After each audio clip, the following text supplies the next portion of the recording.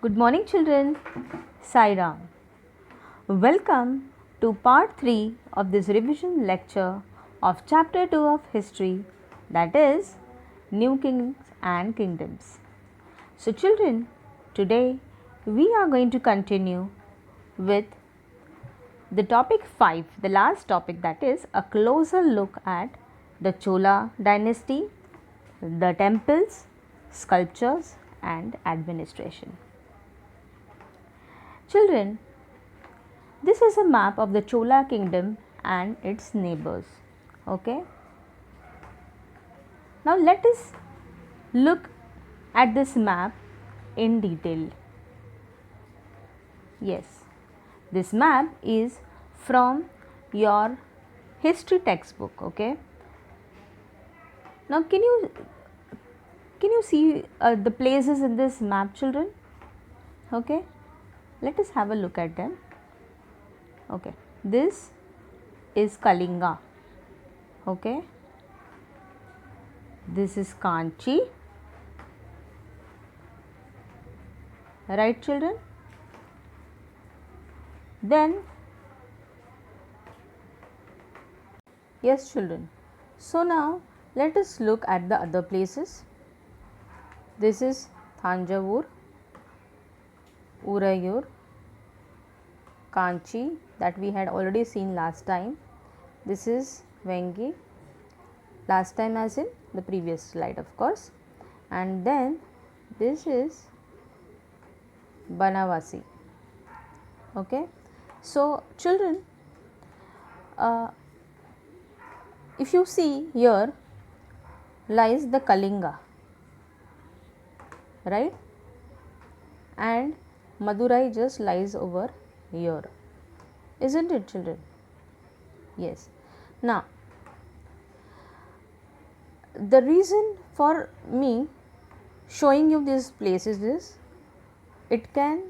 anything from this can come as a part of your exam. Okay, you will be given few places and you will have to locate them in the map.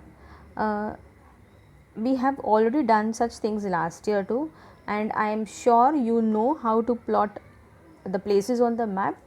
I will take you through this in some other video, but as of now I want you all to practice it. Okay.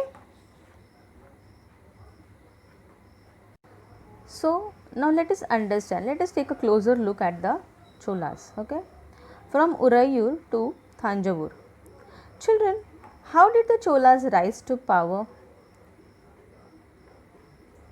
The minor chiefly family known as Muttarayar held power in the Kaveri Delta.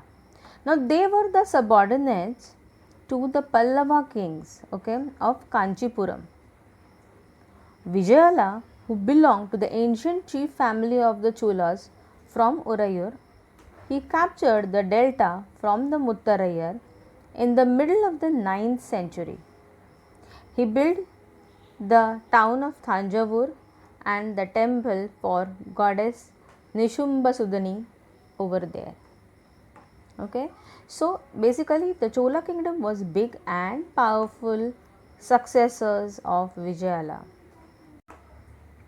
So children, the Chola kingdom, which was big and powerful successors of the Vijayala, they conquered the neighboring regions and their kingdom grew in size and also in power. The Pandyans and the Pallava territories to the south and the north were made part of this kingdom. Okay. Now children, let us have a look at the powerful ruler of Cholas. Okay. Rajaraja I, he was the most powerful Chola ruler.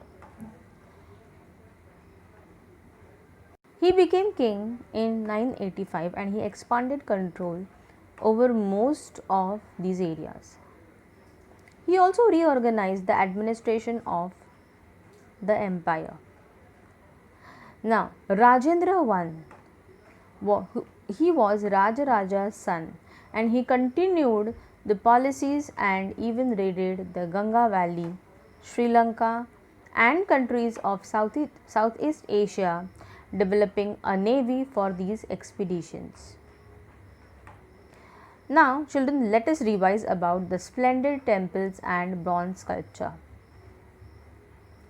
The big temples of Thanjavur and Gangaikonda Cholapuram, built by Rajaraja and Rajendra, are architectural and sculptural marvels. So basically, the temples at Thanjavur and Gangaikonda Cholapuram were built by whom? Rajaraja and Rajendra. Okay. Children, the Chola temples often became the nuclei of settlements which grew around them. These were the centers of craft production. The temples were also endowed with land by rulers as well as by others. So, because of which there was a various economic, social and cultural activities associated with the Chola temples. So, children, whatever was produced on this land, it went into maintaining all the specialists who worked at the temple, and very often they lived near it. For example, say priests, garland makers, cooks, sweepers, musicians, dancers, etc. Okay. So, in short, the temple were not only the places of worship, they were also the hub of economic, social and cultural life as well. Now children, among the crafts associated with the temples, the making of bronze image was most distinctive. Okay. Now children, look at this picture. This is a picture of a Chola bronze sculpture. Okay. You just look at it, see how carefully it is decorated. Isn't it children very nice? Yes, that's right. So, the Chola bronze images, they were considered as one of the finest in the world. Imagine, finest in not only India but the entire world. Most of the images were of deities, and sometimes images were also made of devotees also. Okay. Look at this picture. This is a picture of a temple at Brihadeshwara. This is a temple Brihadeshwara. Okay. Now children, if you look at it carefully, you would know that the roof, it tapers, at the top. So if you take a closer look at it, okay, or if you take an elaborate look at it, you would also find out that the stone sculptures were used to decorate the outer walls. It is a very, very beautiful temple, children. This is a temple at Gangaikonda Cholapuram. Notice the way in which the roof tapers again over here. And just like the other temple, sculptures were used to decorate the outer walls. Now children, let us revise more about the agriculture and the irrigation. Children, many of the achievements of the Cholas were made possible through new developments in agriculture. Now, how did the Chola rulers improve agriculture, or why were the surveys done? So, children, if you remember, I had given this question in your assignment. Okay. So, to answer this question, forest had to be cleared, land were labelled, embankments were made to prevent floods, canals were constructed to carry water to the far off fields. So, in order to get all these things done, surveys were done. Okay. So, or you may also get a question like, how did the Cholas improve agriculture, or why were the surveys done? Okay. So, basically, to answer this question, or to rather explain this question, answer I have already given to you. Let me explain this answer to you. Okay. Kaveri River branches off into several small channels before emptying into Bay of Bengal. We all know it, right? Now, their channels overflow frequently, depositing fertile soils on the banks. Water from the canals also provide necessary moisture to agriculture, particularly the cultivation of rice. So, children, why were the surveys done? The surveys were done in order to see that whatever cultivation was supposed to be done, it had a proper water, okay, water availability nearby. The soil there was fertile. So imagine if the cultivation is done on the banks of the river, obviously the soil would be fertile there, right? Not only that, it would also provide the necessary moisture for the agriculture, isn't it? So in order to take or in order to consider all these things, surveys were done. Why? The forests were cleared, land were leveled, embankments were made to prevent floods, canals were constructed to carry water far to the far off fields. So in order to do all these things, first surveys were done, and in this way the Chola rulers, they improved their agriculture. Now what other things did they do? They used variety of methods, okay, for irrigation, right children?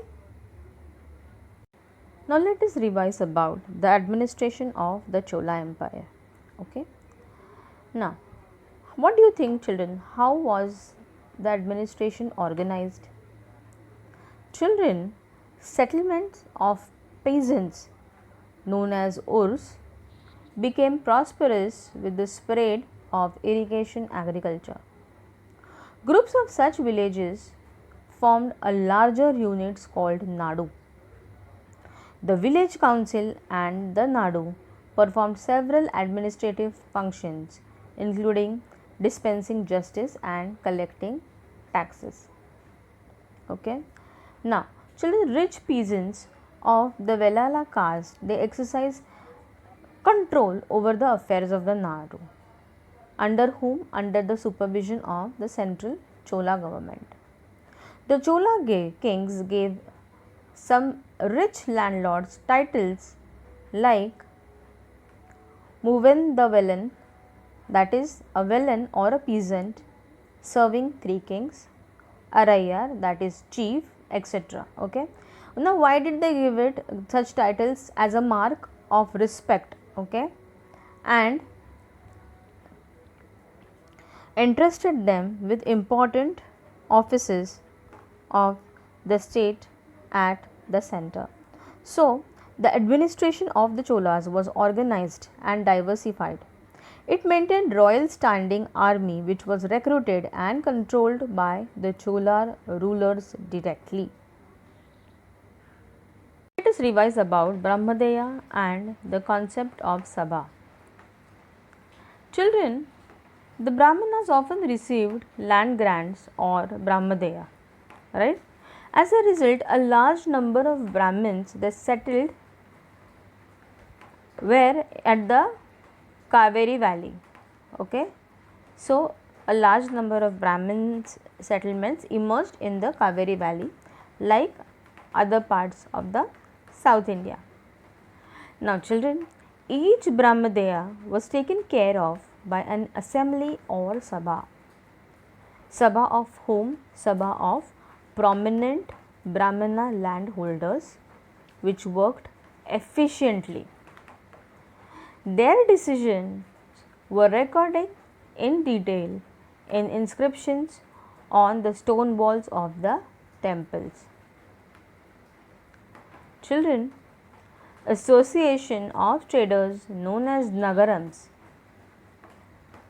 which they sometimes performed administrative functions in the town. Okay, so basically the association of traders, which were known as Nagarams, they also occasionally performed administrative functions in the town. Inscriptions from Uttar Merur in Chinglaput district of Tamil Nadu, it tells us the way in which the Sabha was organized. The Sabha had separate communities to look after irrigation work, gardens, temples, etc. Now children, time for your favorite session, quiz time. So children, should we begin with the questions now? Let us start with our first question. Settlements of peasants are known as Panchayat, Nadu, Ur or Mandal. What is the correct answer, children? Yes, the answer is Ur.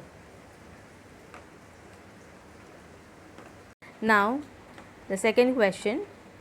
Who was the most powerful Chola ruler? Vijayalaya, Raja Raja I,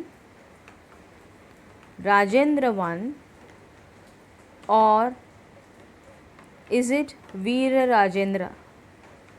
What is the answer, children? Yes, children. The answer is Raja Raja I. Now, the third question.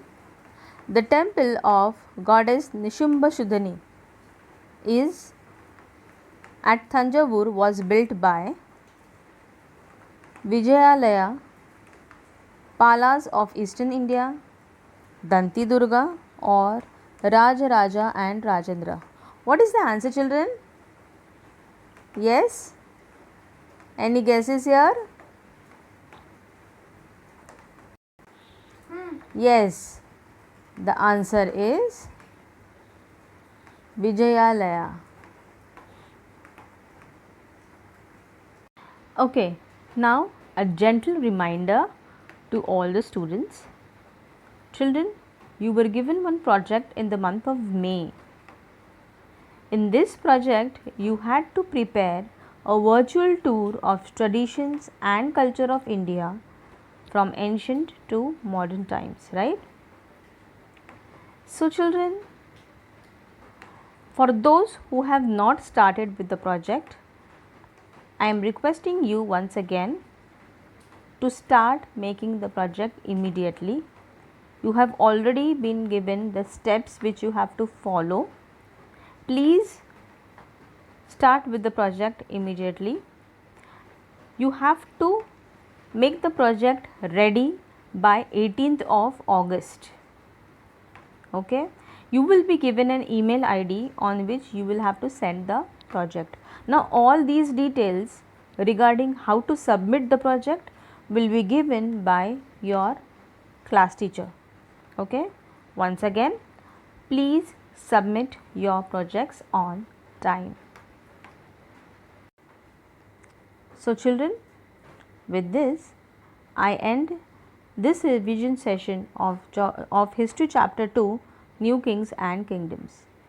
Now see you in the next video. Till then, goodbye and keep learning.